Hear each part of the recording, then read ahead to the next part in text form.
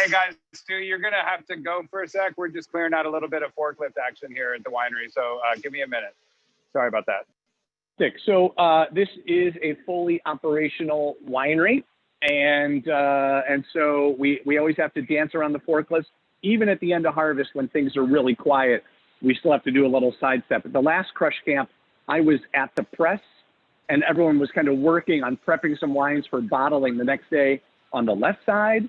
And on the right side of me, they were kind of working on some wines that were going through this concept that we're going to be talking tonight called Malolactic conversion. So they were whipping up the bacteria. And so I was kind of perched in this little spot, and they were trying not to make any noise as they were working.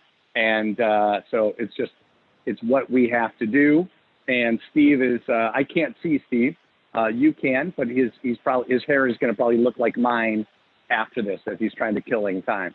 And I am sipping the 2014 Cab, as some of you are at home, and hopefully people who make wine with us, you have some of your bottles open. And Steve, I heard either your foot got run over by a forklift or you were trying to interrupt and kind of chime in and say, let's get this show on the road. Yeah, I thought we finished that bottle of 2014 Foundry Cabernet Sauvignon, so I tipped it all the way over towards my glass, but there was still a little bit left in there. So cheers, folks. Hopefully you have a glass of something in your hands, whether it's this wine or another. Thanks for joining us, and welcome to our final Wine Foundry Wednesday Crushcamp edition for 2020. We're going to take a break after this. We'll tell you a little bit more about what's next to come in 2021. At the end of the show. So yes, the 2014 Cabernet Sauvignon, those of you that have it, 93% Cabernet Sauvignon from a myriad of vineyards around Napa Valley. There's a combination of valley floor fruit, benchland fruit, and mountain fruit.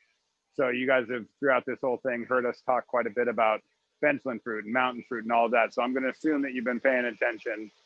So 93% Cab, 4% Petit Verdot, 2% Malbec. I'm going to cheat here for a second, excuse me.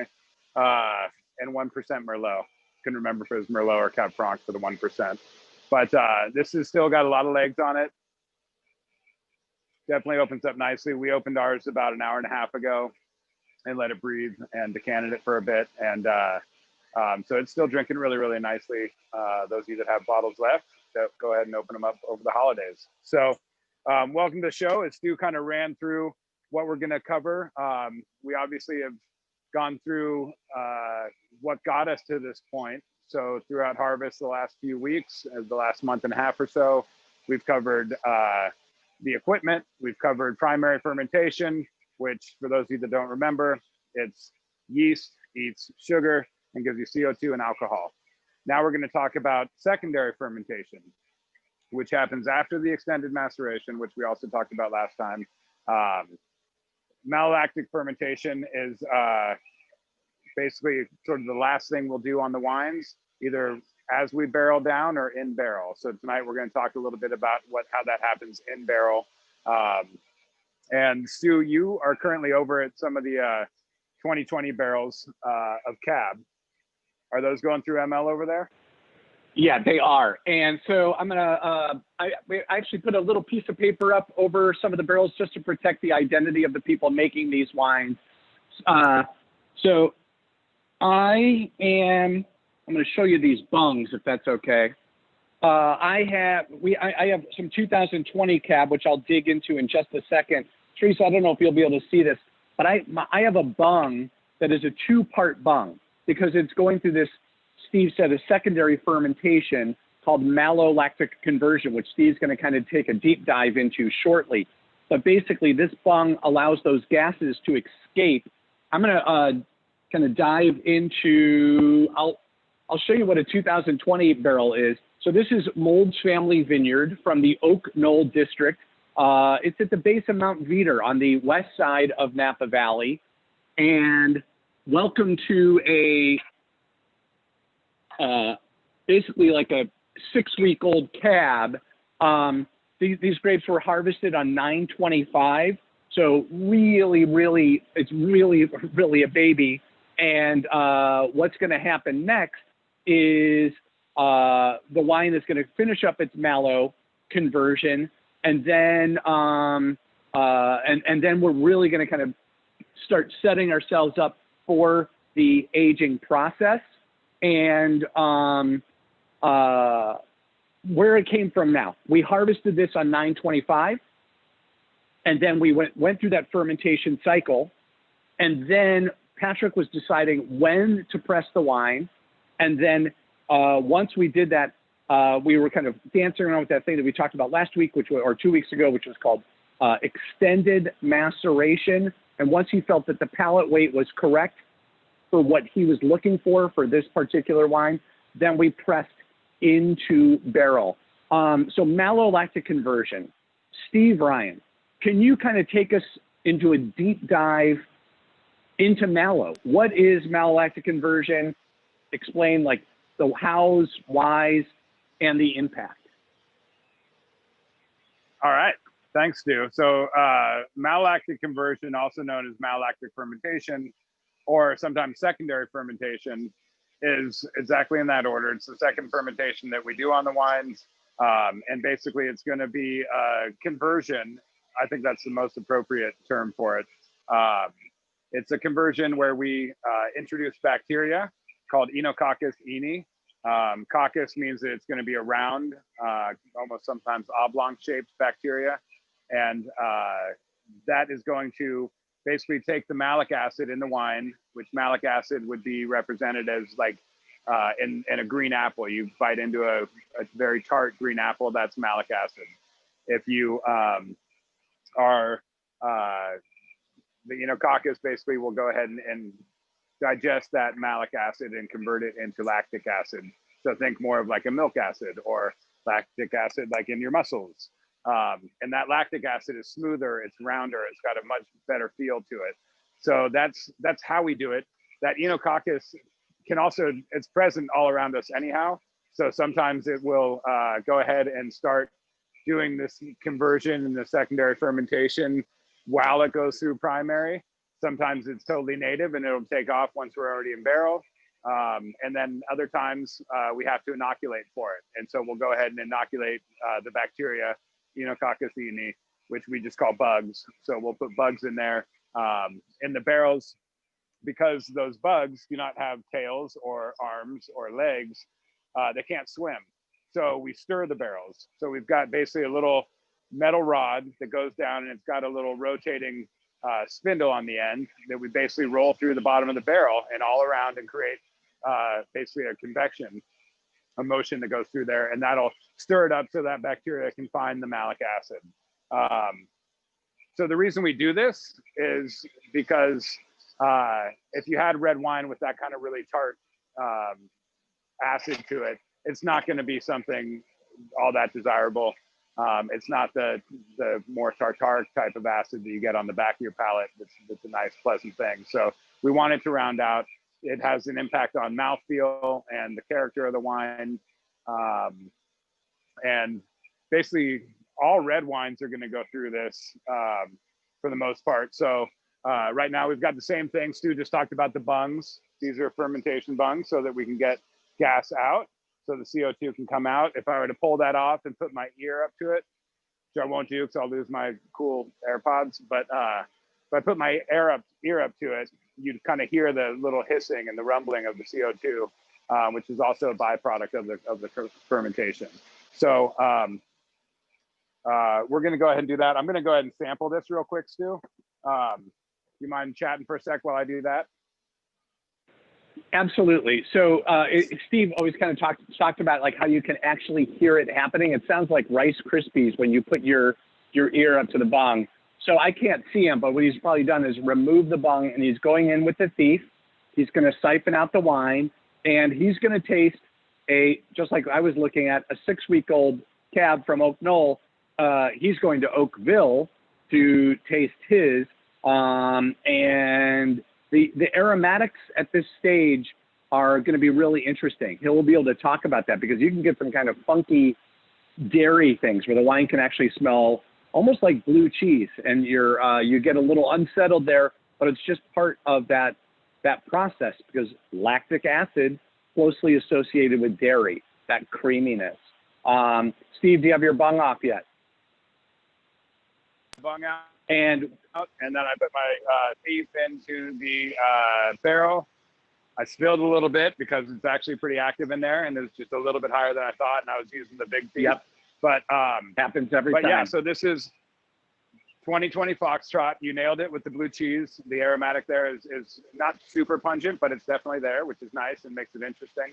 So Foxtrot, for those of you that don't know, it's a vineyard we started sourcing from in 2019, had it again in 2020, and it is it's fantastic. It's on Money Road in Oakville, just basically right past kind of Groth and back behind. There's Laird properties back there. There's some Plumjack properties back there. It's very close to where we used to source 6 Acre Vineyard as well. It's right off of Oakville Crossroad. So, and this is fantastic. This is ways different than where I tasted it. I think we just inoculated this about 2 weeks ago or so, which I'm guessing, I haven't looked at the numbers at it and I haven't tasted it yet, but it's going to be pretty close to being done. Yeah, so it's still got a little bit of ML in there. Not too bad. It's a little bit tart, but not too much. You're definitely starting to get some more structure and roundness to the palate, which is what we want to see on that. So, so that's kind of the role in red wines. We're going to push that all the way through malolactic conversion, meaning that we want it to get what we call malic dry, or we want the wine. We also will say things like double dry, because we're looking for dry as far as residual sugar, and we're looking for dry as far as the malic. So those two numbers will be dry there. White wines are a different story. So Stu, can you tell us a little bit about the role of ML on white wines? Yeah, absolutely. So with red wines, like Steve was saying, most people are, I mean, with the exception of a couple styles, we're always going to let those sharp malic acids associated with, let's say, green apples, Granny Smith apples, when you bite into them, very, very tart. We're going to allow that naturally to convert, or by inoculating, to let that malic acid, which is unstable, go through lactic.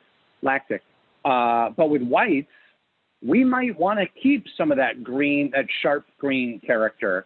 So particularly, this kind of goes back to wine style, but it's really popular for Sauvignon Blanc, some interpretations of the grape called Gewürztraminer, Rosé. You want that kind of summery little bite on the wine. So I'm going to go into Sauvignon Blanc right now, which is, we're fermenting and now getting ready to age in stainless. And we have decided to inhibit the conversion of malic acid to lactic acid. How do we do that? We hit it with sulfur, a small amount of sulfur. And later we'll monitor those SO2 levels.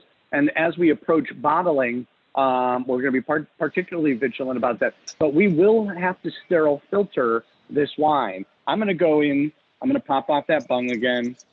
You saw me run off screen before because I had red wine in here before. I wanted to make sure I didn't turn this into a rosé by putting white wine in there, or by putting the red thief with red wine in there. And so we are inhibiting here, so we want this to finish with a really sharp bite. And the aromatics right now are, to say they're explosive is basically an understatement. The amount of grapefruit that I'm getting off the SB Sauvignon Blanc right now is incredible. All of those aromatics, of course, volatile, so they're changing every day. But you're probably going to see me get a little pucker when I taste the SB. Very, very tart. We want that tartness because even though we're going to keep this this malic acid character on the wine, the way we perceive it is still going to change. So it'll still be focused and sharp and lithe on the palate, but the weight is going to kind of still build up especially as we, we are, even though we're inhibiting the malolactic conversion on this, we're still going to stir the wine to resuspend the lees in there. You can see the wine is almost clear. So Patrick's going to resuspend it to build a little body. Now, on white wines, you have a choice. You can either keep that sharp malic acid, or on some style, let's say, talk about a Chardonnay, for example. Chardonnay, a lot of people are like, oh, California Chardonnays, you'll hear this expression called a butter bomb, which means they're aging. If this was a cab, but if it was a Chard aging in oak, and we allowed that Enococcus eni, the bacteria responsible for malolactic conversion, to eat all that malic acid and convert it to lactic acid, we'd have a rich, creamy interpretation. Now, the main thing is it doesn't have to be either no conversion or all conversion. We're monitoring those wines so that we can figure out what that client wants. So Patrick is tasting to figure out which client wants which barrel, so that we can make sure we're getting them the wine style that they are seeking. Now, I just pulled the Sauvignon Blanc out of stainless, and let's kind of shift gears here from this malolactic conversion talk to aging vessels. I don't know, Teresa, if you can just kind of slowly pan around. I'm in the barrel room. You're going to see a lot of oak in this room, couple thousand barrels, right? One for each person making wine.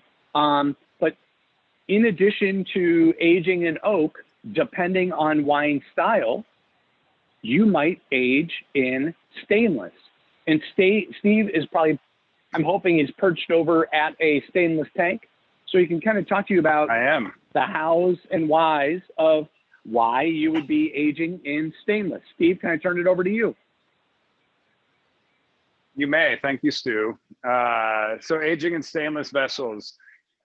You probably didn't see him when Teresa was panning around the barrel room there, but we also have a lot of stainless drums and stainless barrels. And so we will use those.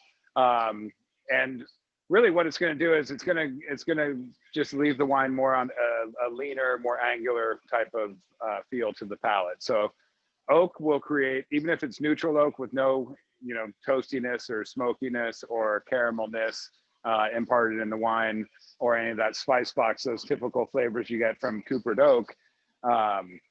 After a barrel's been used for 3 or more vintages, we call it neutral oak, and really all of those components and compounds will have been absorbed by the prior wines.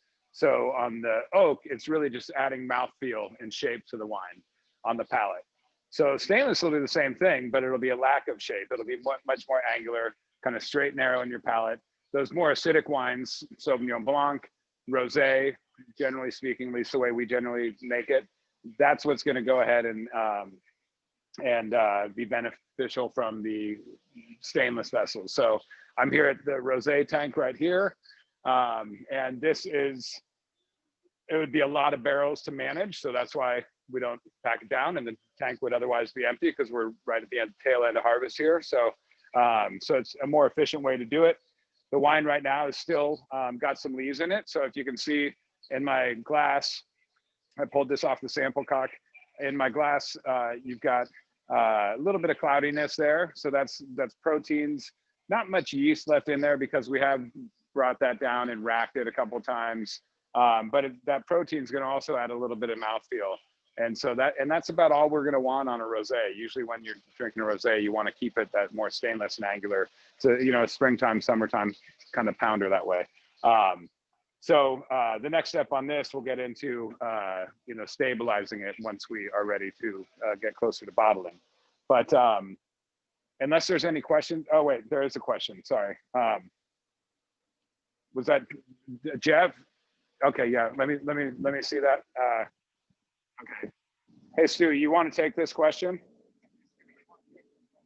Jeff in Bellevue is wondering how you determine whether to go natural or native on malolactic, or if you inoculate. So, Steve, can you hear me right now? Yep. if you can, okay, fantastic, because I'm just running back from the barrel room. Can you repeat the question? I'm so sorry. Sorry, Jeff in Bellevue, Washington is asking if you would, how do you determine whether you go native or you inoculate bacteria for malolactic conversion? Oh, okay, fantastic. Thanks, Jeff, and thanks for joining us in Belleville. So basically, it depends on that one thing that we talked about a few times, wine style. So it depends on your level of comfort of using the native bacteria, the Enococcus, or if you want to inoculate. And typically what we do here is we go native in the beginning. You don't want to initiate malolactic conversion too early. So if you add, let's say you add the culture, if you're going to do if you're going to use a cultured form of Enococcus, if you add that at the same time you add your yeast, the Enococcus and the yeast are competing for those same nutrients. And so typically what you'll do is you'll add the Enococcus strain near the end. What Patrick usually does is we wait until basically he's monitoring the malic levels because we can see them in the lab. And if it's moving on its own, we're going to go native. And then if we see it's kind of moving a little more sluggish than we want, then we'll inoculate. Now, I really want to be clear.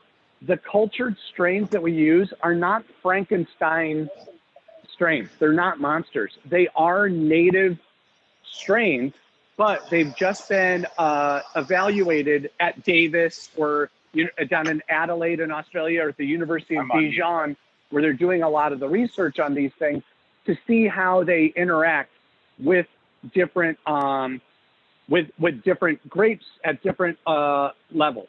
I hope that brought a little more clarity to the question. So that was Jeff. And Steve, now that I have my telephone, sorry, when I was walking back there, I've got a question. You kind of asked it before, if I could kind of go in here from Joan, and I'm going to read this. So Joan in Winville, Pennsylvania, asked, does anybody at the winery inhibiting malolactic fermentation on red wine? Do you want to grab that one, Steve? Yeah, I'll take that. Thanks. No, not currently. Usually on red wines, the most common are going to be Beaujolais Nouveau and Dolcetto. And we don't have anybody making either of those varieties at the winery right now. Not saying we wouldn't. We've actually been kind of intrigued to do a Beaujolais Nouveau for one of our brands. Logistically, it's a little difficult to bottle a wine while harvest is going on. But that would be an example of that. And we don't currently have it. Usually, most of the wine, I'd say all of the red wine that's made here is all very high end, whether it's for us and our barrel clients or also other brands that we make wine for that don't have their own facility. And they're all very kind of upper level price points. And so for that, you really do need to go through the conversion. So hope that answered the question for you. So now I'm going to go ahead and stay on for a sec. Stu and I are back over on these Foxtrot barrels here. We're going to kind of jump in a little bit more to coopers and the role of oak and different coopers with the wine. So as you see here, or if you can see here, got 2019 barrel. Boisset is the, everything, there goes somebody's glass, left it in the middle of the floor. Boisset is the cooper. It's was basically dried for 36 months. It's a medium plus toast level on the inside. And Stu, I'm going to go ahead and let you kind of break down some of that stuff for folks. Okay, so there's different kinds of oak, right? So there's oak is grown all over the world. Most times we're going to be sourcing from the center of France. And you'll see coating systems, which is what Steve was just kind of talking about. Now, these trees are basically, they're grown by the government of France in the center of France. And they're going to grow them for 150 to 200 years. And then they cut them down, and everything has got to be shorn by hand in France. And then they're going to age the planks or the staves outside for 3 years. Because if you've ever been to a lumber yard, you know that when there's that freshly cut wood smell, it smells kind of greenish. And if we don't let the wood oxidize, we don't age it outside for 3 years, those green notes will go into the wood. And so here's a part of the coating system right here on this Sanso barrel. Allier is the forest, and Tronchet, you'll see these little coating systems. Now, Steve was talking about these different coopers. In this case, Sanso, Raymond. I've got a barrel down here from Ambrosia and Bossuet. Each cooper, just like each winemaker, has their own house style. Some people are going to try to accentuate, by the way they char the barrels, more cocoa, coffee, smoke notes. Other coopers might try to accentuate confectionery notes, honey, vanilla, cinnamon. So as a winemaker, you are going to play. You can see with the Foxtrot right here, we have 8 barrels of Foxtrot, and we have Terenceau, Picard, Ambrosia, Bossuet, Ramon, Sanso, and Ciroc. 8 barrels, 7 different coopers. And so what we're going to do is kind of play with all those different spices to ensure that each client gets the flavor that they want. Steve, do you want to taste one, or do you want to taste the Bossuet, or where were you going? I'm going to jump in. Stu was frozen there for a while, so you got some good angles of him. Side shots, maybe the back of his head. Exactly. Yeah, and I think it's important to note that the best wines, at least in my opinion, obviously entirely subjective, make their way through a number of different coopers. So, there'll be, you'll see tech sheets from a lot of wineries that'll say, it was done in Terenceau barrels or Bossuet barrels or Ciroc barrels, but they also use everything else, a bunch of different other coopers. So, but if you're a big fan of it, then and you know what you're looking for, then go for it. We can certainly do that. But yeah, you basically the more coopers the wine sees, the more sort of layers and flavors to the spice box. So let's go ahead and taste this. This is out of the Terenceau barrel here on the bottom. I tasted the Boisset earlier, and I'm definitely. These are a couple of new barrels. These are 2019 barrels that we had a few extras because there were a couple of yields that came in a little lighter last year. So these are new barrels that had not seen wine until this vintage. So with that, I'm getting a lot of char. We call it barrel char. It's a lot of sulfur compounds from that, and it's going to be super prevalent right up in your face when you first get the wine in there for the first several months, actually. And then it'll start to integrate into the wine. And then we'll rack these wines between different coopers and make sure that they actually see a bit. If we left them in a new barrel the whole time, it would be in 100% new oak. So when you see 100% new French oak, that's what it's talking about. If we took this and racked it into a 2018 barrel that was new for the 18 vintage and we bottled it in 20, then that would be a 50% oak profile on that barrel. And if we did it in split time, that's how you get 75% new French oak. So that's how you play with the percentages there. And we'll keep some things in all new. We'll keep some in once used, and some in maybe twice used, just so we have a few different things. Yeah. Well, Steve, it's funny you mentioned that because right behind me, I've got Tim's barrels. Tim, I don't know if you're on tonight. But Tim does not like a lot of new oak. He wants the fruit, the vineyard to play a central role. So right off the bat, he has two barrels. One is in a neutral barrel, one that's been used 3 or more times. So all of the aromatic and flavonoid compounds have been leached out. And then a new barrel. And when you put those two, 100%, 0% equals 50%. But he's not just going to stay in this neutral barrel and this Sancerre. That's where Patrick's expertise comes into play. So in a few months, once we've gotten the characteristics out of this Sancerre that we want, we will rack the wine. That was what Steve said. That's just part of normal winemaking protocol, where we're going to clean the barrels out. And in a normal, let's say you have a traditional winery.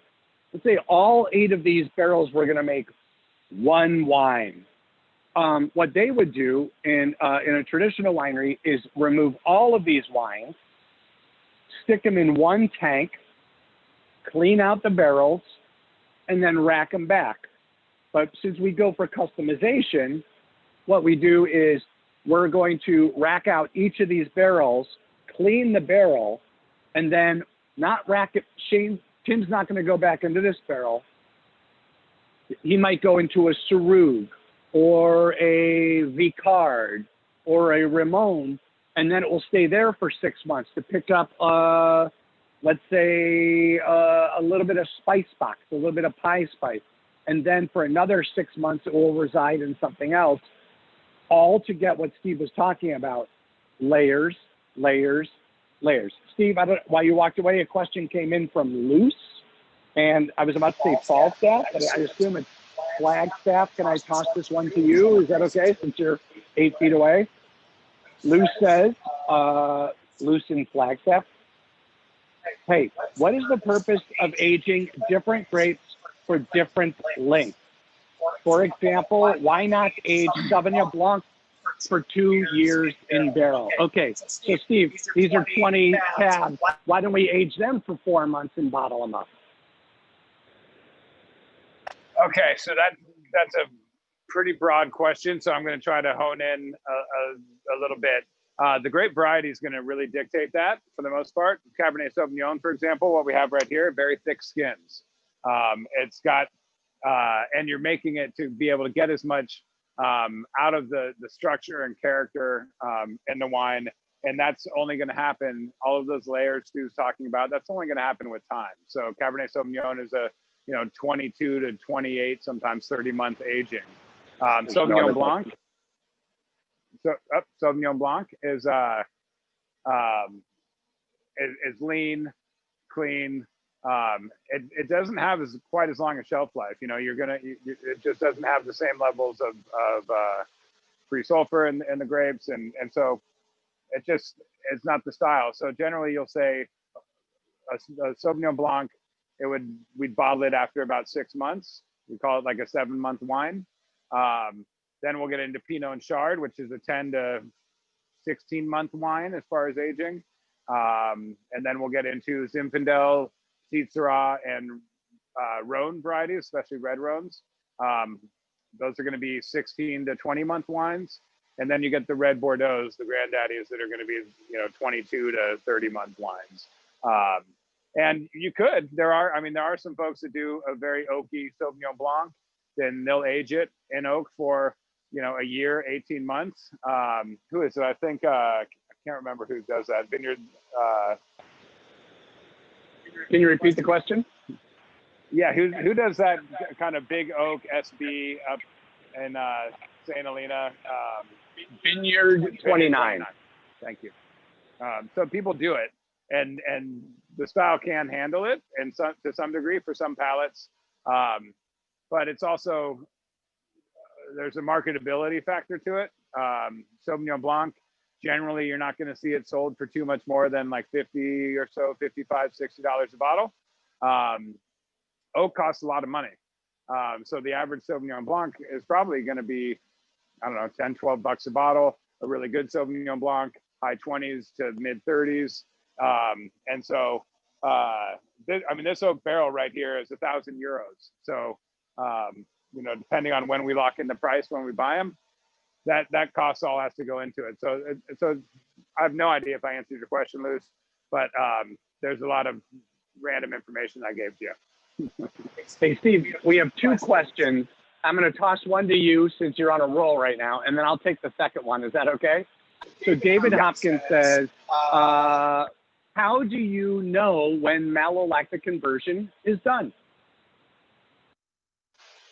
Well, we take a hair of somebody, a long hair from somebody at the winery, put their wedding ring on it, and then we hold it over the barrel. And if it goes in a circle, we know it's done. If it goes side to side, it's not. I'm just kidding.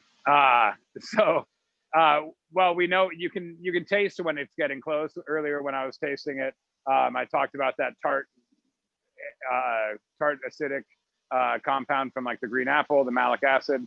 So you can taste it when it's almost through. You can hear it, you know, if you're using all sensory. When the wine starts kind of puttering out like that, you don't hear that kind of Rice Krispie treat thing or that Rice Krispie thing happening as much. Then we know it's either the bugs are not working as well or it's about at the end. But we also can go ahead and cheat. And as we do it, we sample. And I think this is probably what Stu was looking for when he lobbed me the question. We go ahead and we sample those wines once a week and run them in our lab on the ENOFOS, or the FOS wine scan SO2, sorry. And that'll tell us what we've got. It'll give us our amount of malic acid left in the grapes. Once we know it's down to 0, we're good to go. That was it, basically. Use the lab, or you can use paper chromatography, and it make like these beautiful little lanterns in some way, but we have a very sophisticated lab and we use that. The next question, Steve, I'll let your voice take a break. This one comes in from Monty, and Monty was asking about, said some producers in Burgundy wait until the springtime to allow for malolactic conversion. Does anybody do that at the Wine Foundry? Okay, so what Monty's kind of referring to is the age-old approach of winemaking. So we are really fortunate to have temperature control, okay? And what the winemakers used to do is winter would come, they would bed their wines down in the wintertime because it was very cold. And then in the springtime, these bungs, these are fermentation bungs, but they would used to use wooden bungs, and they still do in some parts of the world. They might start popping off. And that was because temperatures would rise and the bacteria would start becoming more active and start converting. So it wasn't really until the late 60s, early 70s that people really started to control malolactic conversion. You have to remember that although people have been making wine for 10,000 years, the scientific method and modern science hasn't really been applied to this until the last 50 years. And so now we know, okay, we can control this. And so nobody here allows their wines to go dormant on malo during the conversion process for those months, because Monty, you actually open yourself up to, there's other bacteria that also, there's fuel in here. And so Lactobacillus, Pediococcus, they're going to want to go to town. Those are other bacteria, and they would give us aromatics, potentially give us aromatics or flavors that we don't want to, that people wouldn't want with the wine. Cabbage, sauerkraut characteristics, which could come through. And so we have, these are out here right now, but we're going to pop them right after Wine Foundry Wednesday. We're going to forklift these, bring them back over to, we have what we call the warm room, which is around 60 degrees, which is kind of a really good 60 to 62, really good temperature for Enococcus.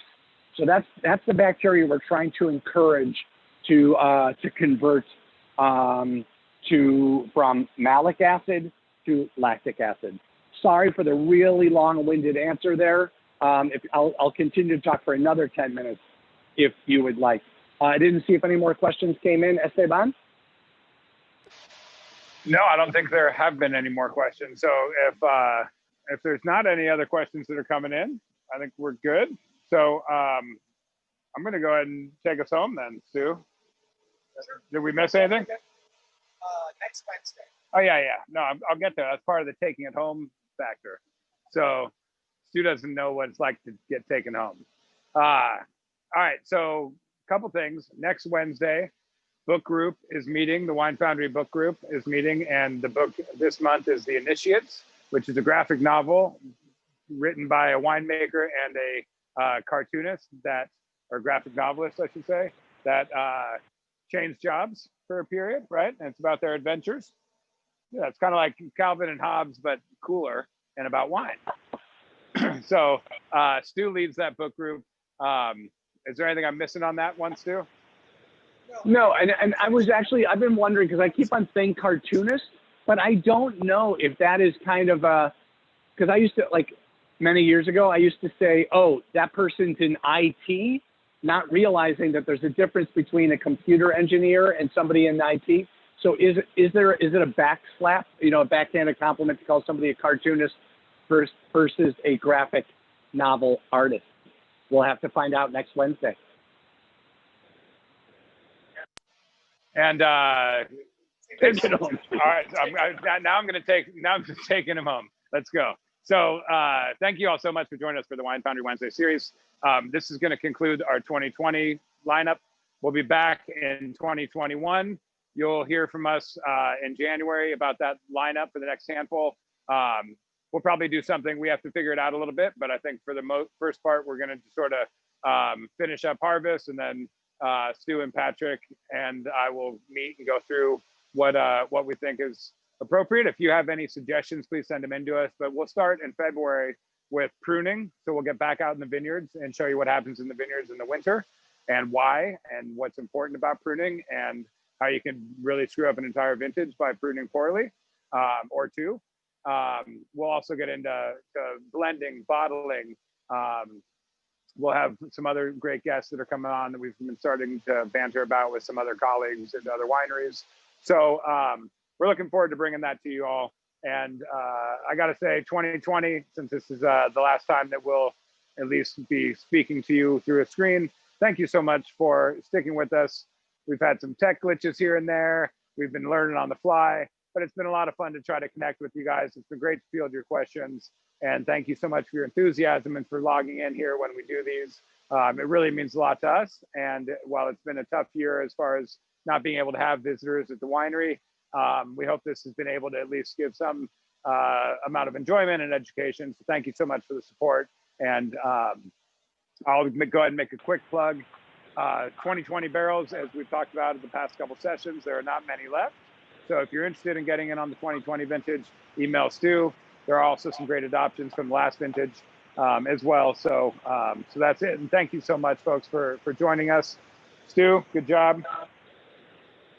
Char, today is Veterans Day, and we cannot let this go by. Char is, invaluable part, really makes the winery tick. And Char is a veteran. And I did not have the bravery to step up and do what he did.